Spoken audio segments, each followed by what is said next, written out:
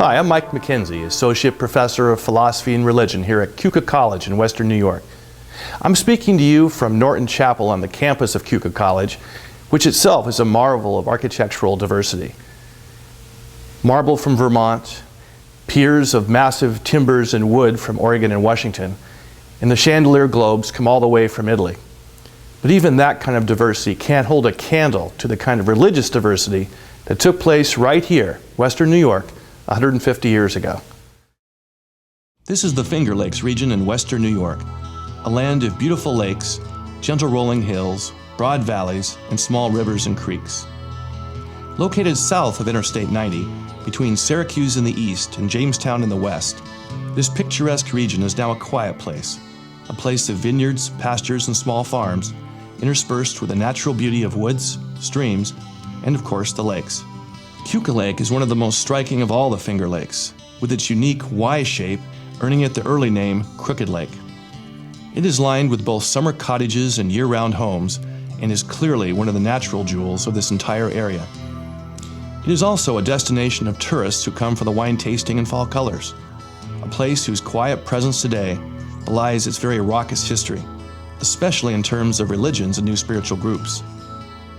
For believe it or not, there was a time in which this now quiet region was a hotbed of religious and spiritual activity, a place where new religions and faiths started almost overnight, some to die out very quickly, but others to spread their influence to the far corners of the globe.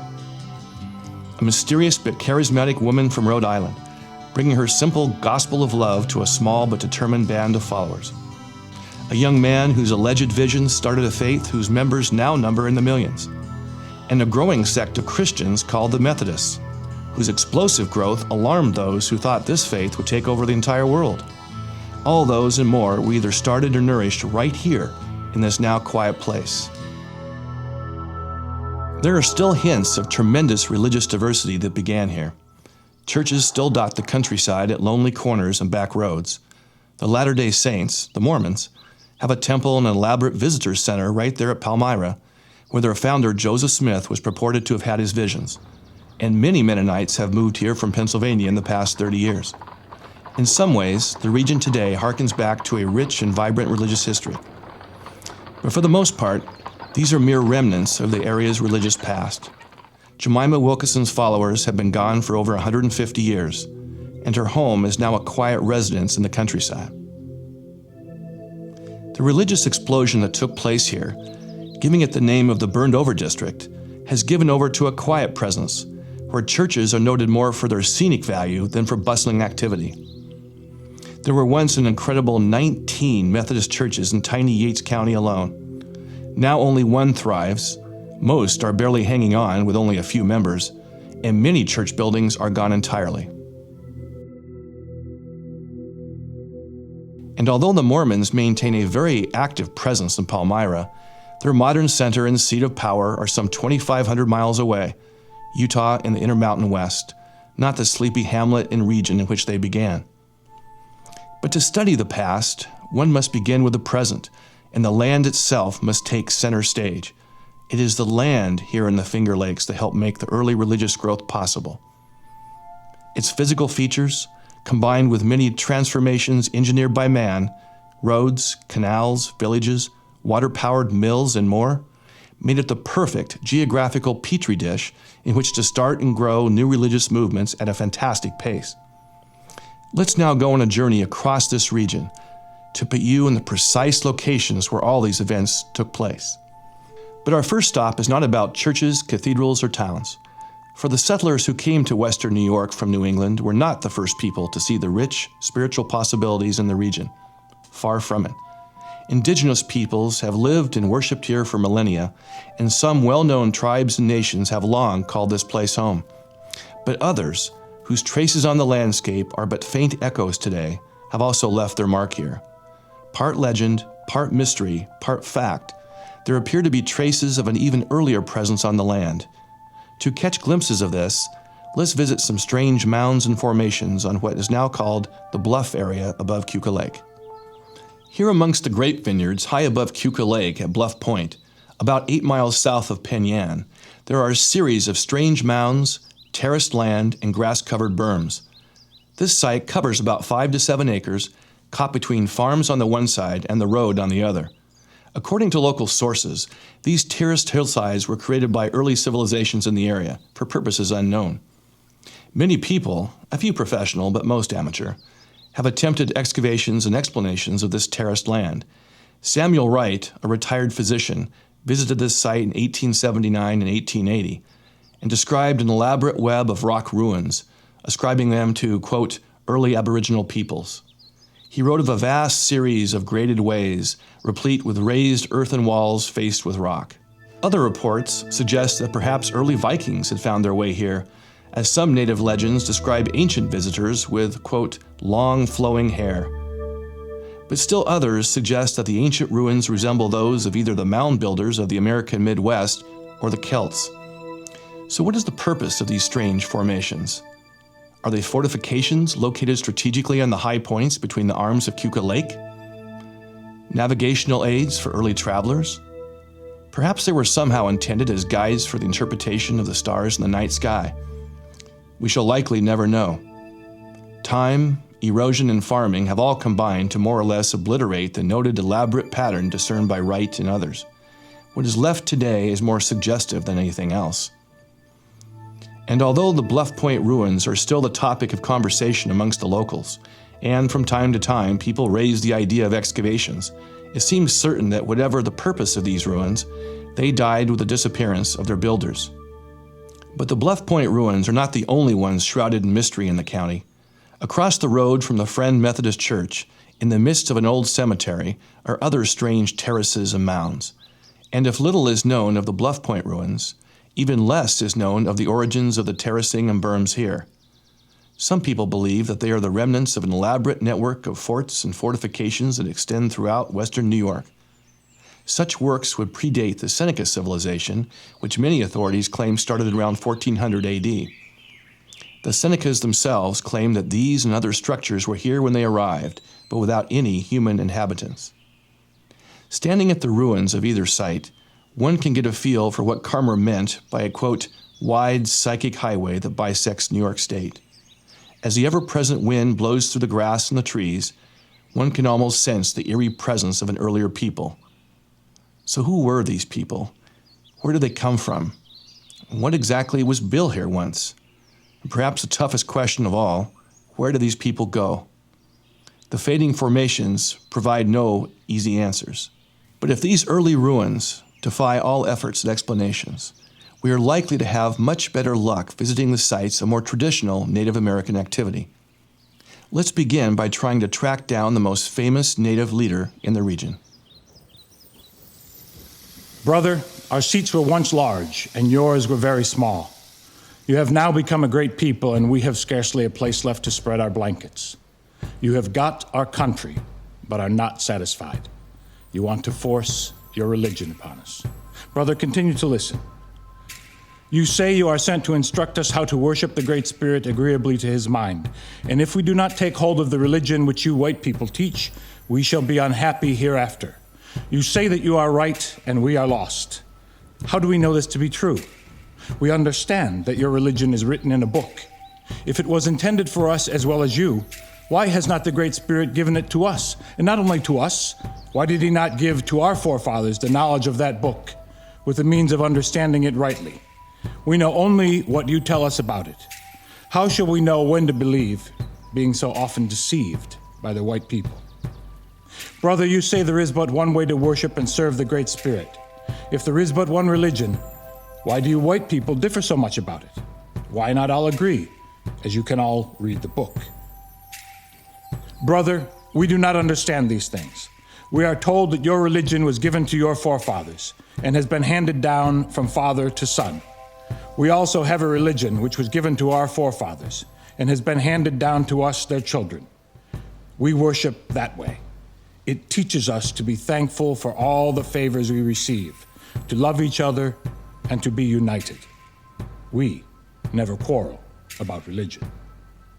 Brother, the Great Spirit has made us all, but he has made a great difference between his white and red children. He has given us different complexion and different customs. To you, he has given the arts. To these, he has not opened our eyes. We know these things to be true. Since he has made so great a difference between us and other things, why will we not conclude that he has given us different religion according to our understanding? The Great Spirit does right. He knows what is best for his children. We are satisfied. Brother, we do not wish to destroy your religion or take it away from you. We only want to enjoy our own. Segoya Watha, Red Jacket, 1805. If there is a lack of information about the earliest inhabitants of this area, and if legend and fact tend to blur when trying to discover the truth behind strange mounds and formations in Yates County, there is much more to go on when it comes to the Native American presence in the region. Many local names have indigenous language roots, such as Canandaigua, Keuka, and Seneca, and even Keuka is allegedly Iroquois for canoe landing. Certainly one of the most famous natives of this region was Red Jacket, whose native name was Segoya Watha, a Seneca chief and orator who lived from about 1750 to 1830. Although historians are unsure of his exact place of birth, some argue that he was born on Basswood Creek near Branchport, the site of his mother's home. Certainly he spent much of his youth there, and his mother's grave is marked at that exact spot. The Native American presence around Branchport and Keuka College is profound, and we're here at the grave of Red Jacket's mother. And as you can see from behind me, this was dedicated in 1933 by a people who really understood the Native way of life. But the religiosity of this area goes way beyond what's here in the pioneers and early settlers. Red Jacket was an important figure even during his lifetime. Even though he and the Seneca Nation had taken the British side during the Revolutionary War, Red Jacket quickly became a voice of peace between the Seneca Nation and the new American nation. He and other Senecas had met with George Washington in 1792 in Philadelphia, and it was at that meeting he was given a large peace medal, which he often later wore. He got his name Red Jacket from his habit of wearing various red coats the British had given him. But Segoya Watha was not the only important native in this region. At the northern edge of Yates County, right where it borders Ontario County along Seneca Lake, a low, grassy mound rises unobtrusively to the west of the highway. At the side of the mound is one of the traditional blue and gold historical markers used by the state of New York. Today, traffic whizzes by. The site is right on the Seneca Lake wine trail, with most drivers unaware that they are passing the site of an ancient native village and the burial ground of another local chief. Locals call this area Kashang, the heavily anglicized name for the old village that once existed here. Local beaches, a development, a road, and a creek all share this name. The village was located where Kashang Creek enters Seneca Lake, and in the earliest days of white exploration, villagers reportedly provided native guides for followers of Jemima Wilkinson. Tragically, this native settlement was destroyed by the William Sullivan expedition in September of 1779. Here, natives could enjoy the excellent hunting in the creek bottoms and the fishing at the base of the falls not far up from the creek's mouth. The location also provided them with an excellent harbor on Seneca Lake, giving them access to large parts of the Finger Lakes region by canoe. Today, besides the name, the only remnant of native presence is the mound of earth immediately to the west of the highway. This marks the grave of Tesmoines, the Keuka chief buried here around 1770. According to historians, there are also a few non-natives buried here, but no markers remain today. All that's left is a metal sign which is impossible to read at highway speeds and goes largely unnoticed by busy travelers. In his invaluable 2-volume history of Yates County, Stafford Cleveland estimated that the total native population in its heyday in Yates County was only between 500 and 1,000. The county's location was in between the traditional home areas of the Six Nations, and the indigenous peoples mainly used the local region as a transportation corridor. Cleveland mentions native graveyards near Vine Valley, along Seneca Lake, and along the outlet stream between Penn Yan and Dresden. Today, according to the 2009 census figures, only 0.2% of the county's population claims native heritage, relegating the indigenous presence to now vanished villages and other sites.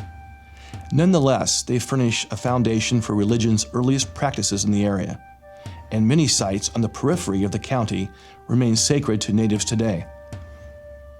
Bear Hill, a high ridge overlooking Canandaigua Lake, is believed by the Seneca tradition to be the birthplace of their people and is still considered a sacred place. Thus, as we move to other religious locations in the county and surrounding area, you can begin to see the different layers of religious and spiritual practice as they have been laid down, starting thousands of years ago. Let's now go to the sites made famous by a remarkable woman, a self-styled prophet, whose followers were among the very first white settlers in Yates County. 1787 was a banner year in American history. On September 17th, our Constitution was ratified in Philadelphia, and we officially became a country. For the significance of early religion in Yates County, the year was important as well. On the west side of Seneca Lake, at the native village of Keuka that had been previously destroyed 8 years ago, 2 French traders and their Keuka wives were surprised to see 3 men approaching from the north. While in Pennsylvania, this trio had been told about a large lake to the north and the fertile land that lay around it, and the men had come as scouts. Not scouts for some large land baron wanting to increase his holdings, nor scouts for yet another military campaign, but the vanguard of a remarkable religious leader, a charismatic woman seeking a new home for herself and her growing group of followers. The trio had been sent by one Jemima Wilkeson, the leader of the Universal Friends Society. Wilkeson was a former Quaker, born in Rhode Island around 1765, and heavily influenced by the personal religion of not only the Quakers, but the New Light Methodists. She had been preaching and traveling throughout New England for many years, and her following had grown to around 300 people. And Wilkeson, now known as the Public Universal Friend, had tired of the religious and civic opposition she had experienced in Philadelphia and other cities on the eastern seaboard. She determined on a fresh start in what was then the frontier west in upstate New York, and her scouts had ended up on the western shores of what is now Seneca Lake. The 2 traders assisted Wilkeson's trio and spoke eloquently on the quality of both the land and the climate, and after venturing south from the native village to investigate, the 3 men returned to Wilkeson and her group with a glowing report of the region's potential.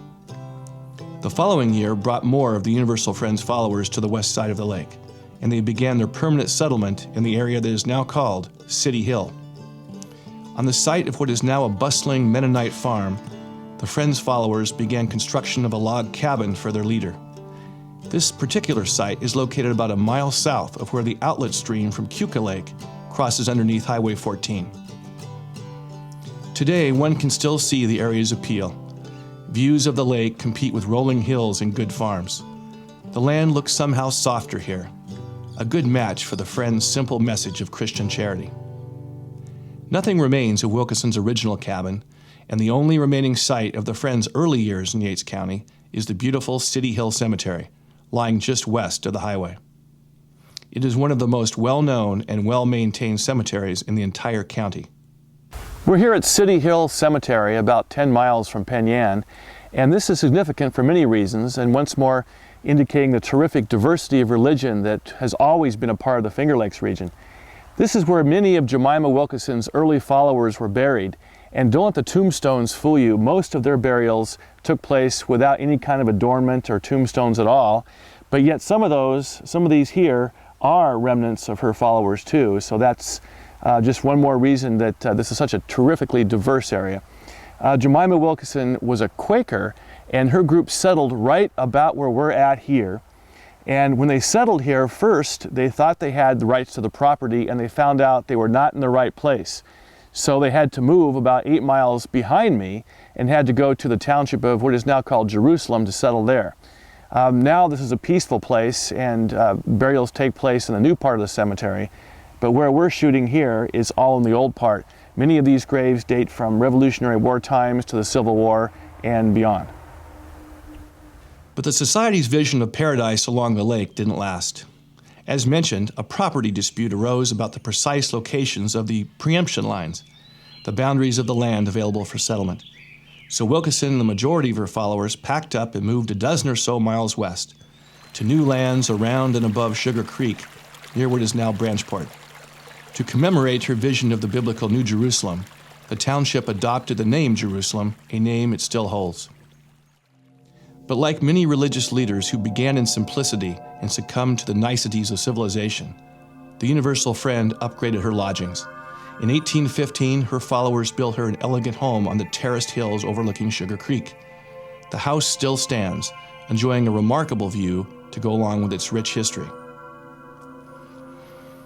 We're here at the home of the most famous Yates County resident, Jemima Wilkeson, otherwise known as the Universal Friend. Jemima Wilkeson had a vision of her own death and actually, according to her sources, died in 1776, coming back to life and then preaching a gospel of love. She was a Quaker, but came here around Yates County in 1791-1792. She died in this house 1819, making her one of the oldest residents of Yates County. So what was Wilkeson's actual message? What can explain her appeal to her followers?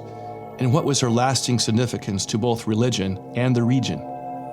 Well, certainly her claims that she had died and come back to life, in effect defeating death itself, were part of the equation. The actual content of her message was fairly unremarkable for a preacher of that time period, focusing as it did on the need for Christian charity. She favored but did not insist on celibacy from her followers, and like many preachers and evangelists of her time, she apparently believed, especially early on, that the millennium was imminent, even predicting that God's kingdom would appear in May of 1780. When the famous Dark Day of New England occurred on the 19th of that month, probably the result of huge forest and grass fires, she was sure that her prophecies had been fulfilled. But when the day came and went with no appearance of God's kingdom, she changed tactics, refusing to set dates for the millennium, saying only, quote, "It would appear in the Lord's own time." Wilkeson's real attraction and significance was in the novelty of a woman preacher traveling about in late 18th century New England, as well as her very definite personal appeal and charisma. The literature is full of references to New England preachers who saw her as a cult leader and who made reference to her followers as being, quote-unquote, deluded. Such opposition was doubtlessly a part of why she sought a new area for her group and why a fresh start in the Finger Lakes would be the logical next step. Her message in New York was one of Christian purity and charity, attained by a new level of commitment and dedication to Jesus. She came to believe that such could only be achieved through a founding of a completely new community, thus the migration into Yates County in 1788.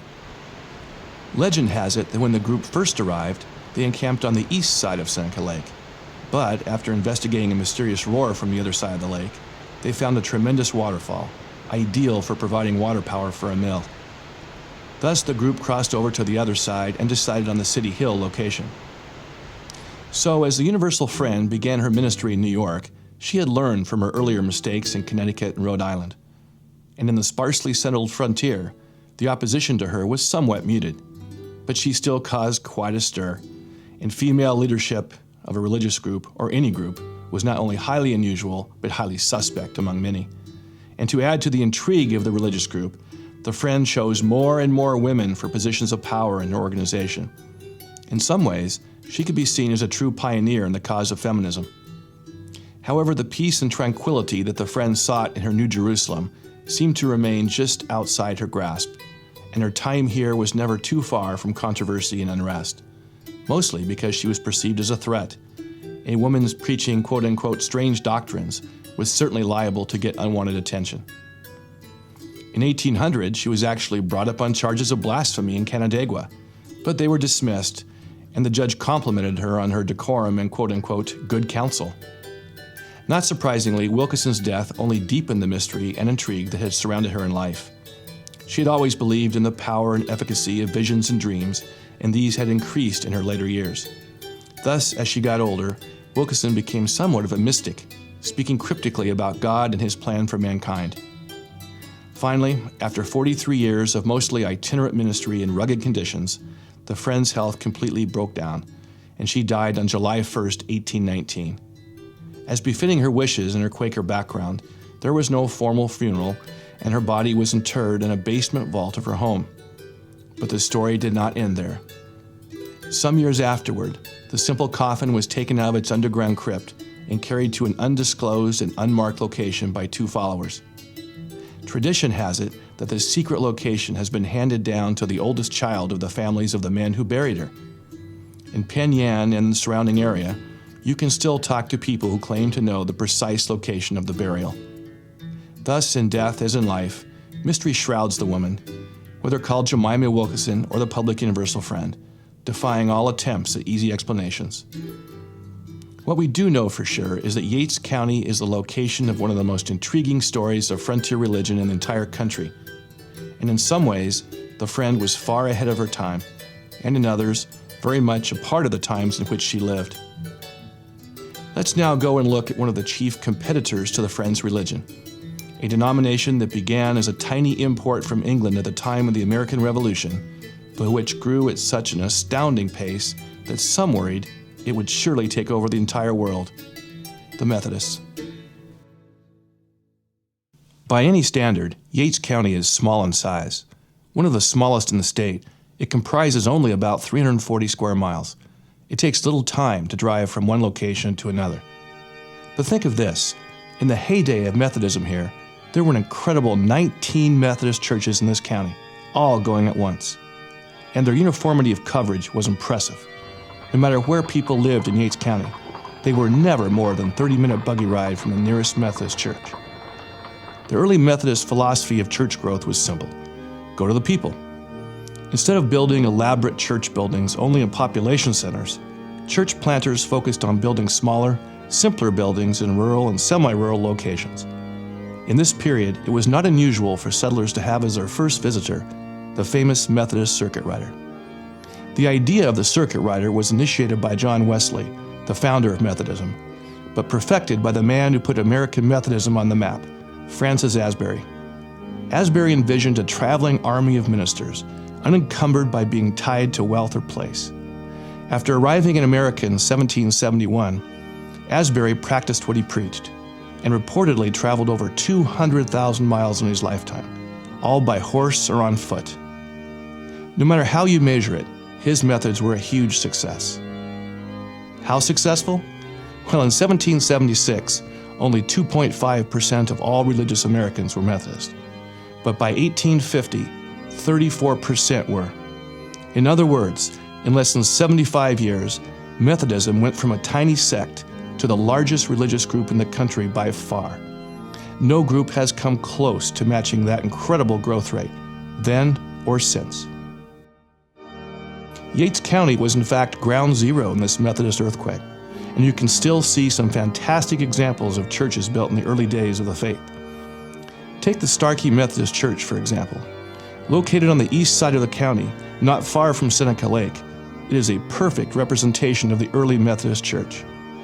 Built in 1822, the building is a simple wood design with a churchyard in the back. This church has the distinction of being the oldest church building in Yates County.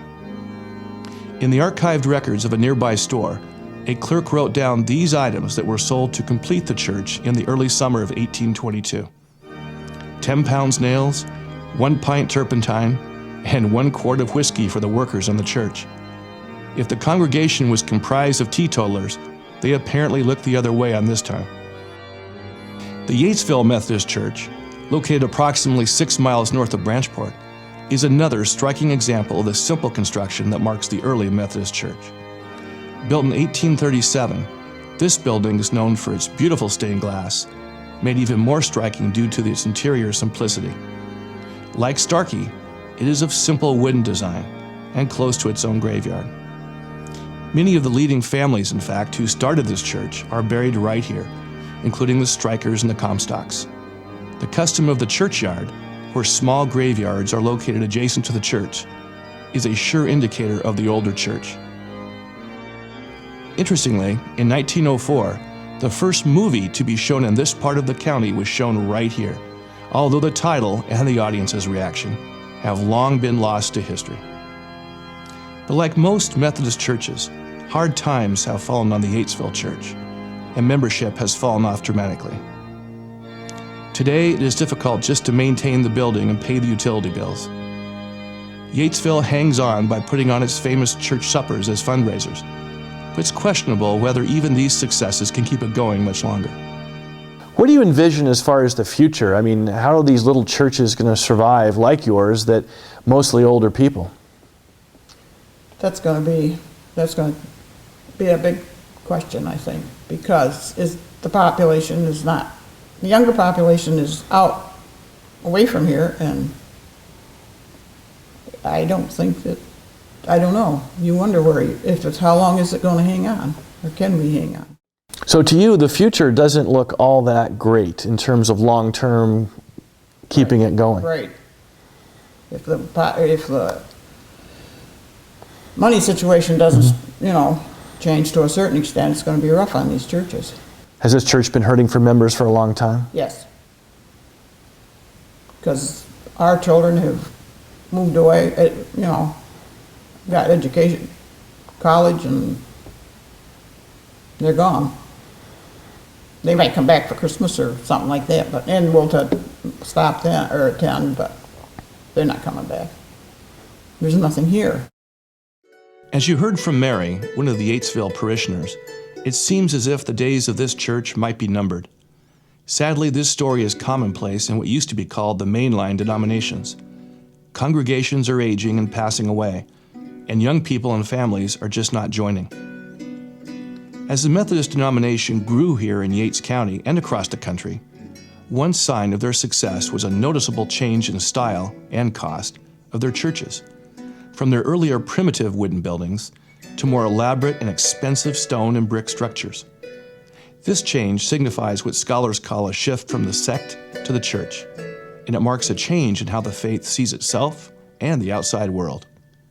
All of a sudden, parishioners come from the more successful and wealthy ranks, from that precise part of society that was earlier critiqued by this same church. Ironically, this obvious upgrade in status for the church is usually the first indication of future trouble. So often the most beautiful churches belong to denominations most in trouble in terms of numbers and their future. The Branchport Methodist Church is a case in point. This particular building was dedicated in 1880 and is typical of Victorian churches with its tidy brick construction and elegant high steeple. The cost then was over $4,000, in a time in which the average wage was only about $1 per day. But of course, this phenomenon is not limited to Methodists. The beautiful Episcopal Church in Branchport is another example. Few buildings anywhere can match the elegant exterior or the simple but beautiful interior. But the Episcopal Church is in real trouble in the United States, as well as in most developed countries.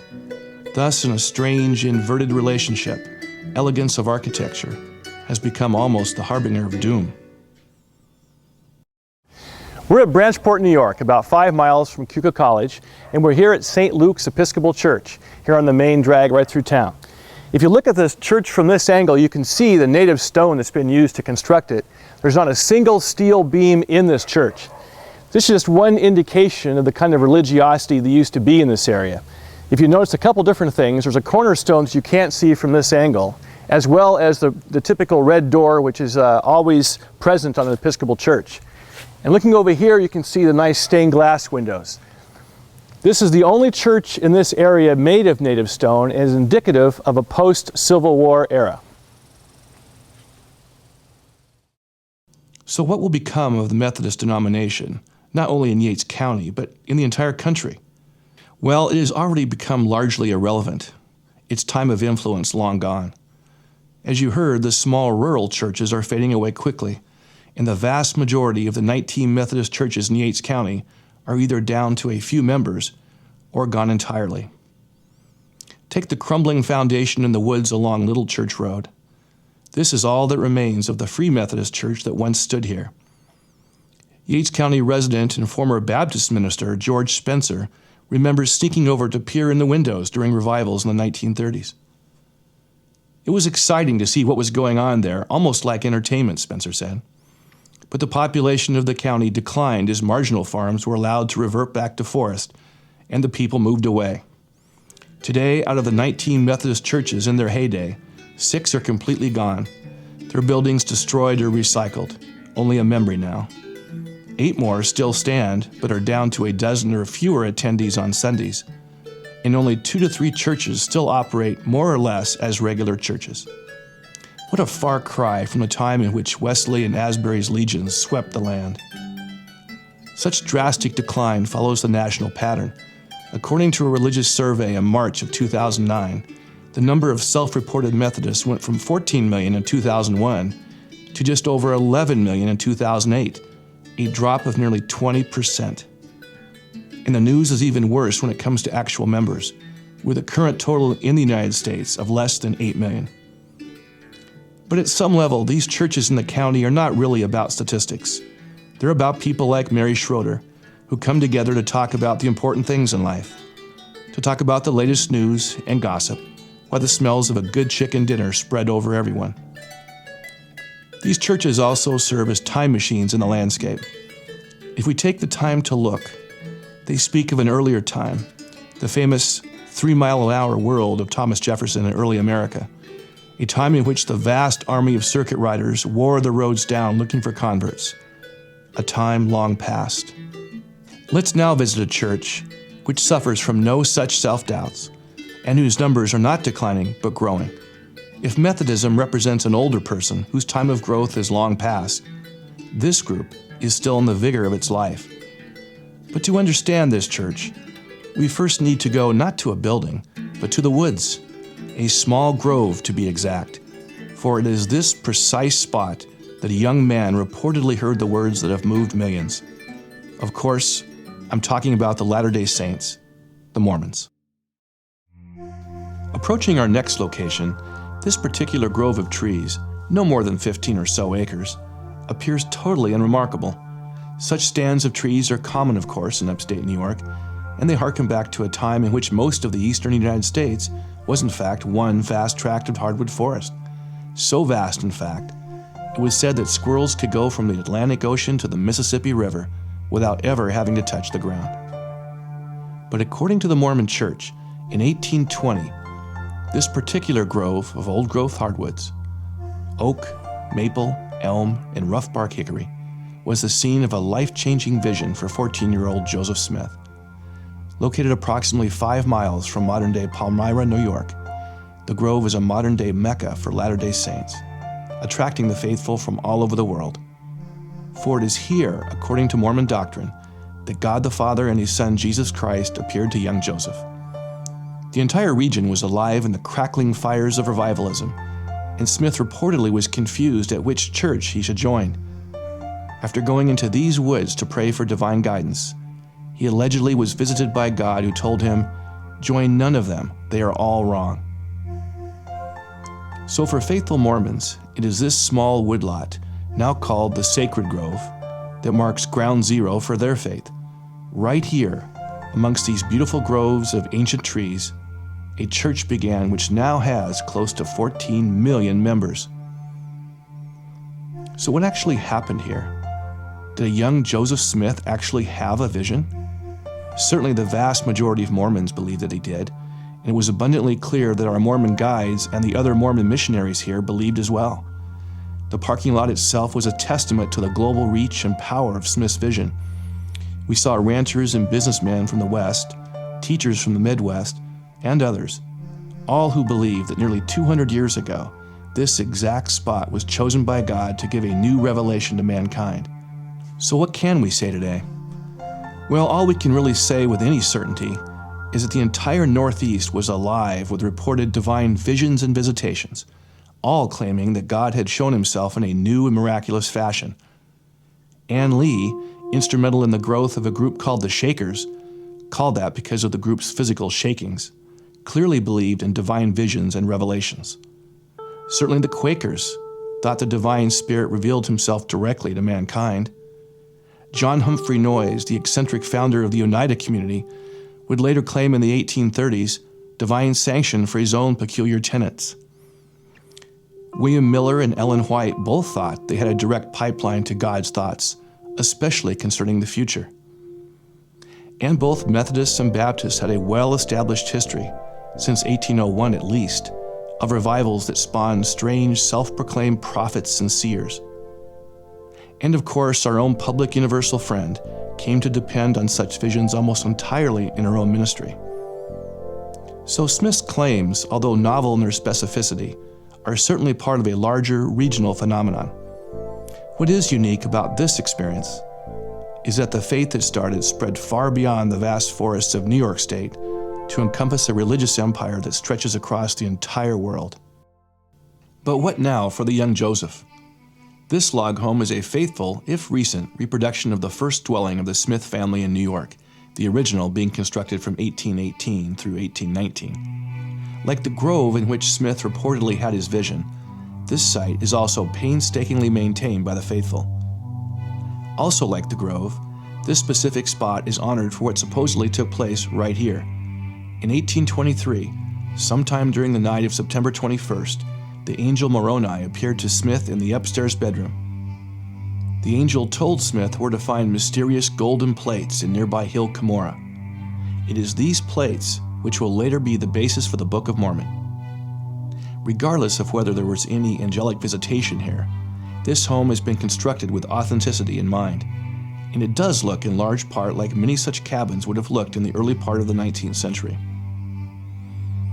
As you can see, with its fair number of interior furnishings, even the cabin's simplicity is more finished than the natural setting of the grove, letting us know that Mormonism is starting to enter a new phase, one in which it will come to resemble the established churches it once opposed.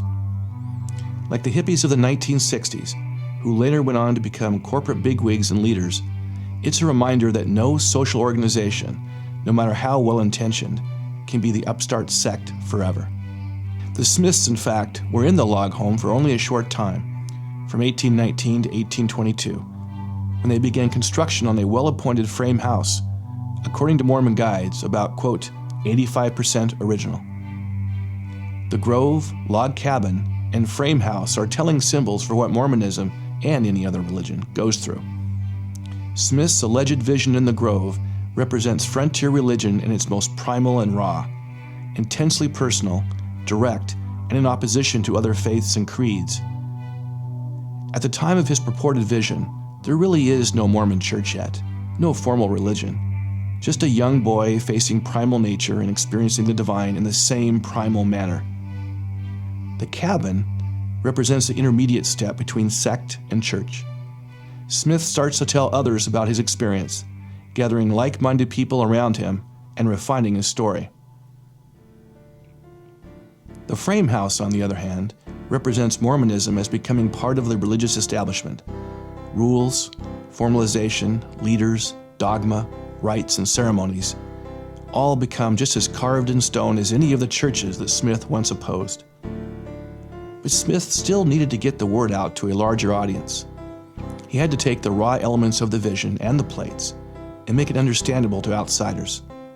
To do that, he founded the beginnings of an organization, a circle of friends and acquaintances that would form the nucleus of a formal church.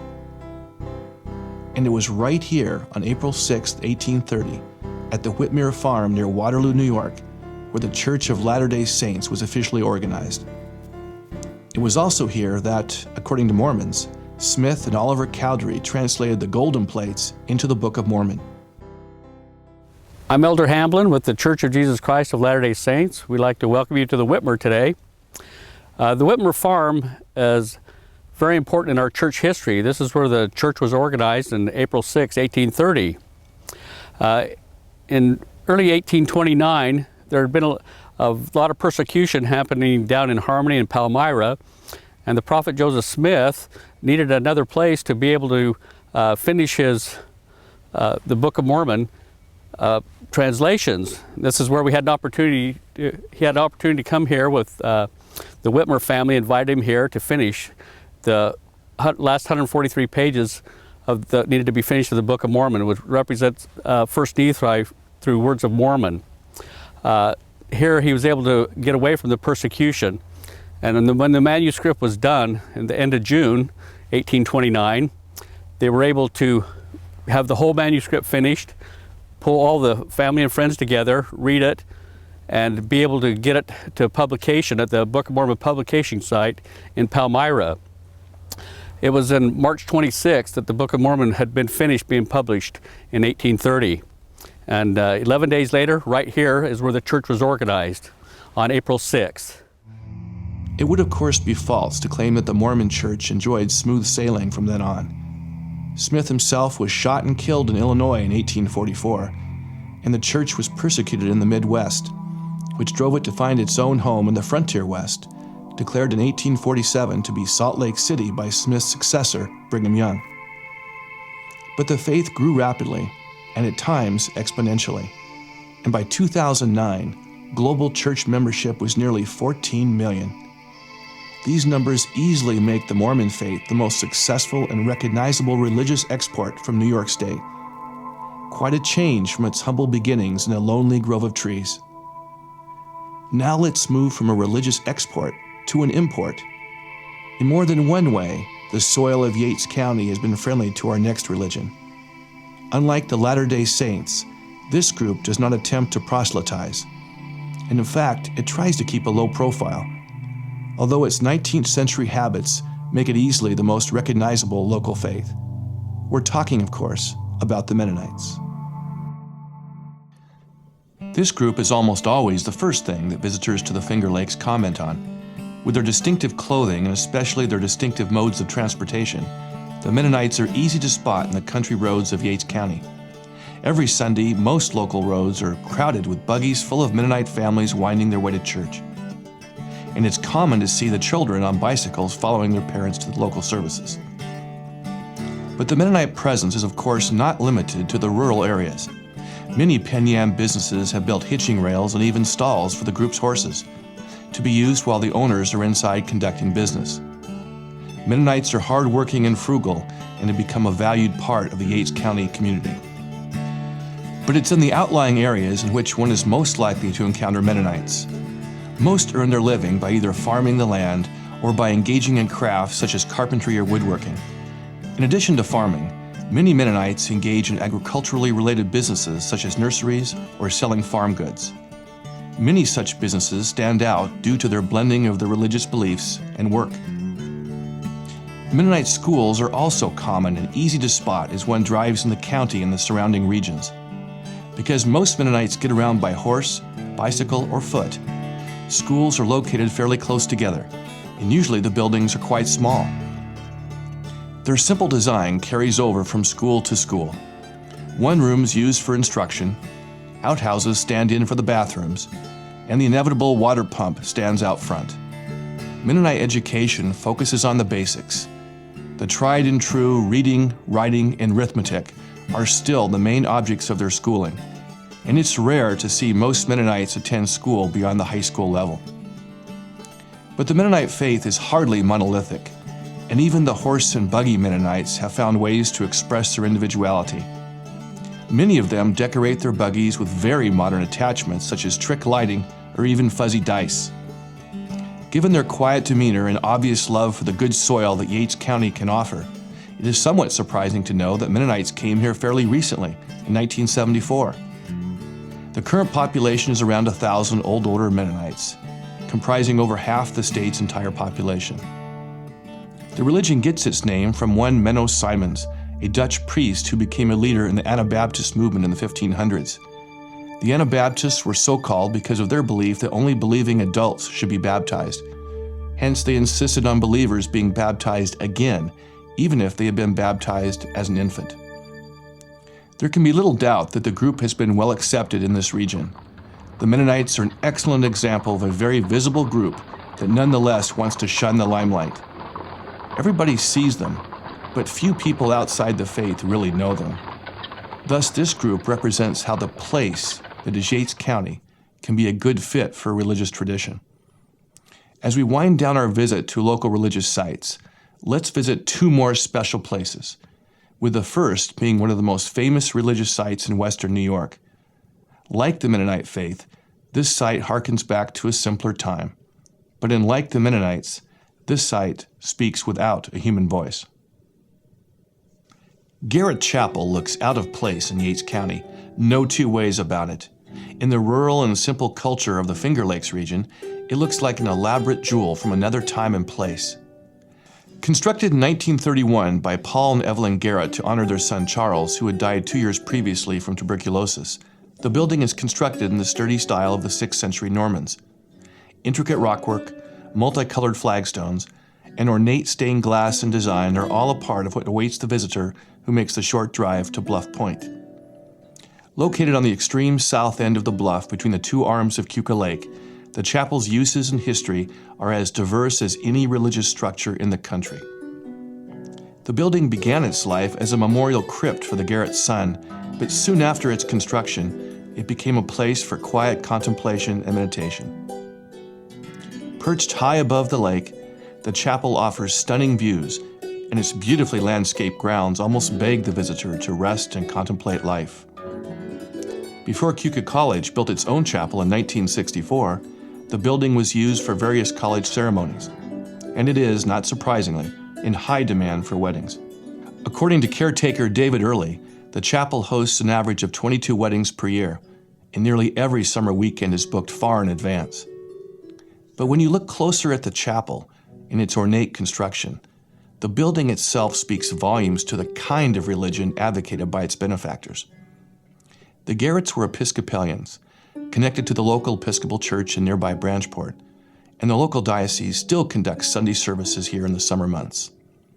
The Episcopal faith, unlike some of the other groups we've looked at, does not reject the surrounding society but believes strongly in engaging it, in working with existing groups and structures to make the world a better place.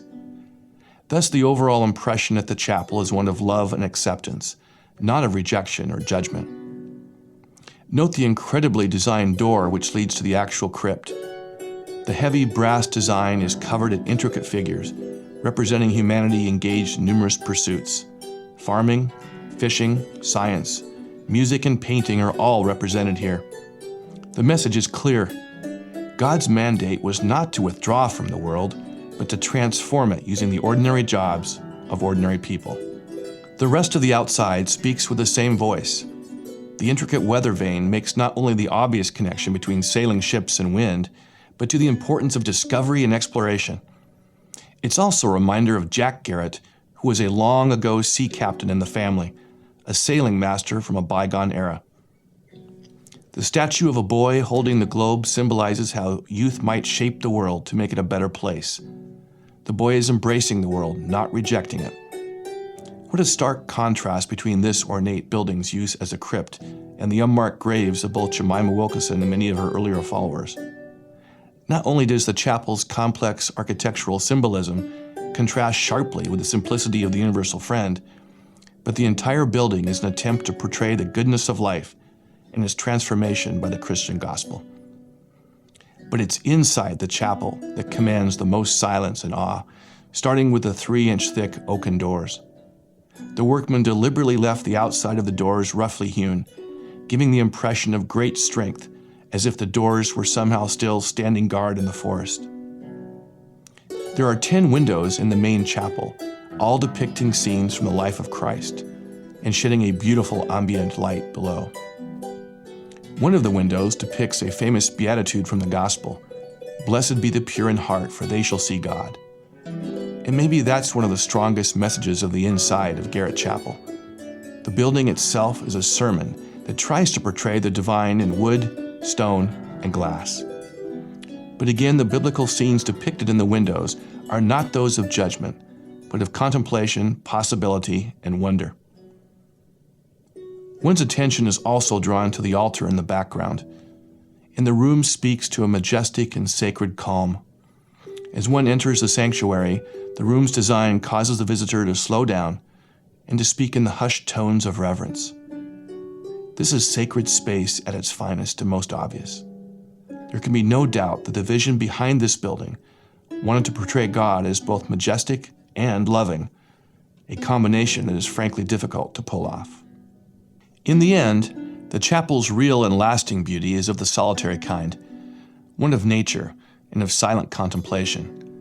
One cannot help but weigh the eternal questions of life and death, or good and evil.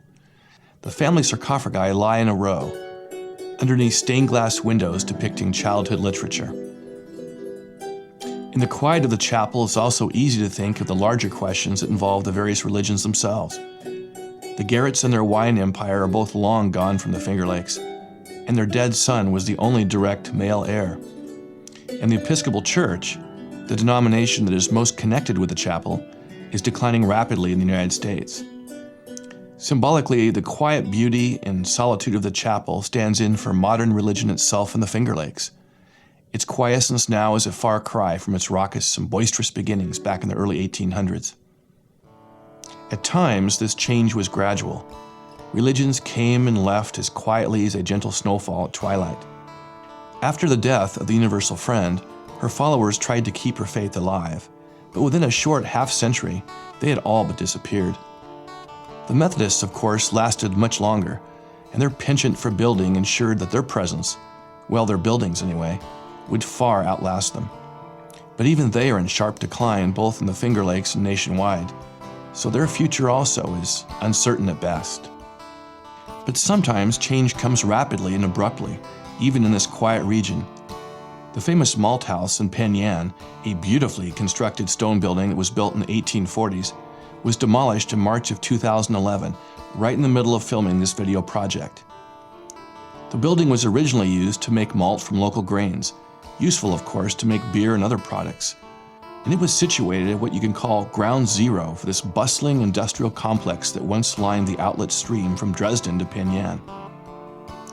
The Crooked Lake Canal ran right nearby, and after the canal fell into disuse due to constant flooding and engineering problems, the railroad ran within a stone's throw of the old malt house. The building's location, in other words, was prime grade A real estate for that time period, situated as it was at the very head of the best transportation of the time. Railroad cars would load up the malt for shipment to breweries in Rochester, Buffalo, and beyond. After its career as a malt house, the building was purchased by a winery in the 1880s, then by a French liquor distributor in the early 20th century. But just like that, the building was gone. I heard about its demolition by reading the paper, actually. It was hard to believe, and I couldn't help feeling sad, not just for history demolished into broken bits of brick and stone, but for what the passing of the building represented. In a very real way, it encapsulated the entire problem of the rise and fall of religion here. It had been located on some of the best and fastest systems of transportation of its time period. Canals and railroads brought people, jobs, industry, wealth, and of course, ideas to Keuka Lake and the entire region. The ideas for new religions came barreling into the region right at this exact spot. Irish and Italian laborers for the canal, then boatmen from all points of the country. Then the railroad came through, bringing still newer ideas and new people. But people and ideas can leave just as quickly as they came. If you lived by the rapid influx of ideas, you often died by them. The same canal boats that brought your religion in could bring in its successor the very next week. The railroads that brought the young and budding titans of industry into your town could take them away the next year. And so the old malt house is gone. Only the lower stone walls remain, and those probably not for long. They too are of course symbolic. Like these tottering walls, Methodism and all the mainland churches are mere shells of their former selves. With the notable exception of the Penn Yan Methodist Church, the remaining Methodist churches in Yates County are like these walls, still standing, but barely, mere remnants of a bygone era, and what's true here is true across the country. Even the land is changing. Writing sometime around 500 BC, the Greek philosopher Heraclitus perhaps said it best: "You cannot step into the same river twice." Here at the site of a once proud center of industry, the outlet stream from Keuka Lake flows down to Seneca Lake some 10 miles below. In the full flood of spring, the vigorous current speaks loudly of change. Its bed and course changing over time, and it wears away even the very rocks that hold it. Thus, even the land itself changes right underneath our feet. It is this momentous fact of change that dominates religion here, sometimes fast and abrupt, more often slow, but it's there if you listen closely. Every religious movement that has started here has either changed dramatically, left the area, or died. That's just the way of it. And it is this voice of change, whether it comes as a faint whisper or a loud shout, that has had the last word for religion in the Finger Lakes.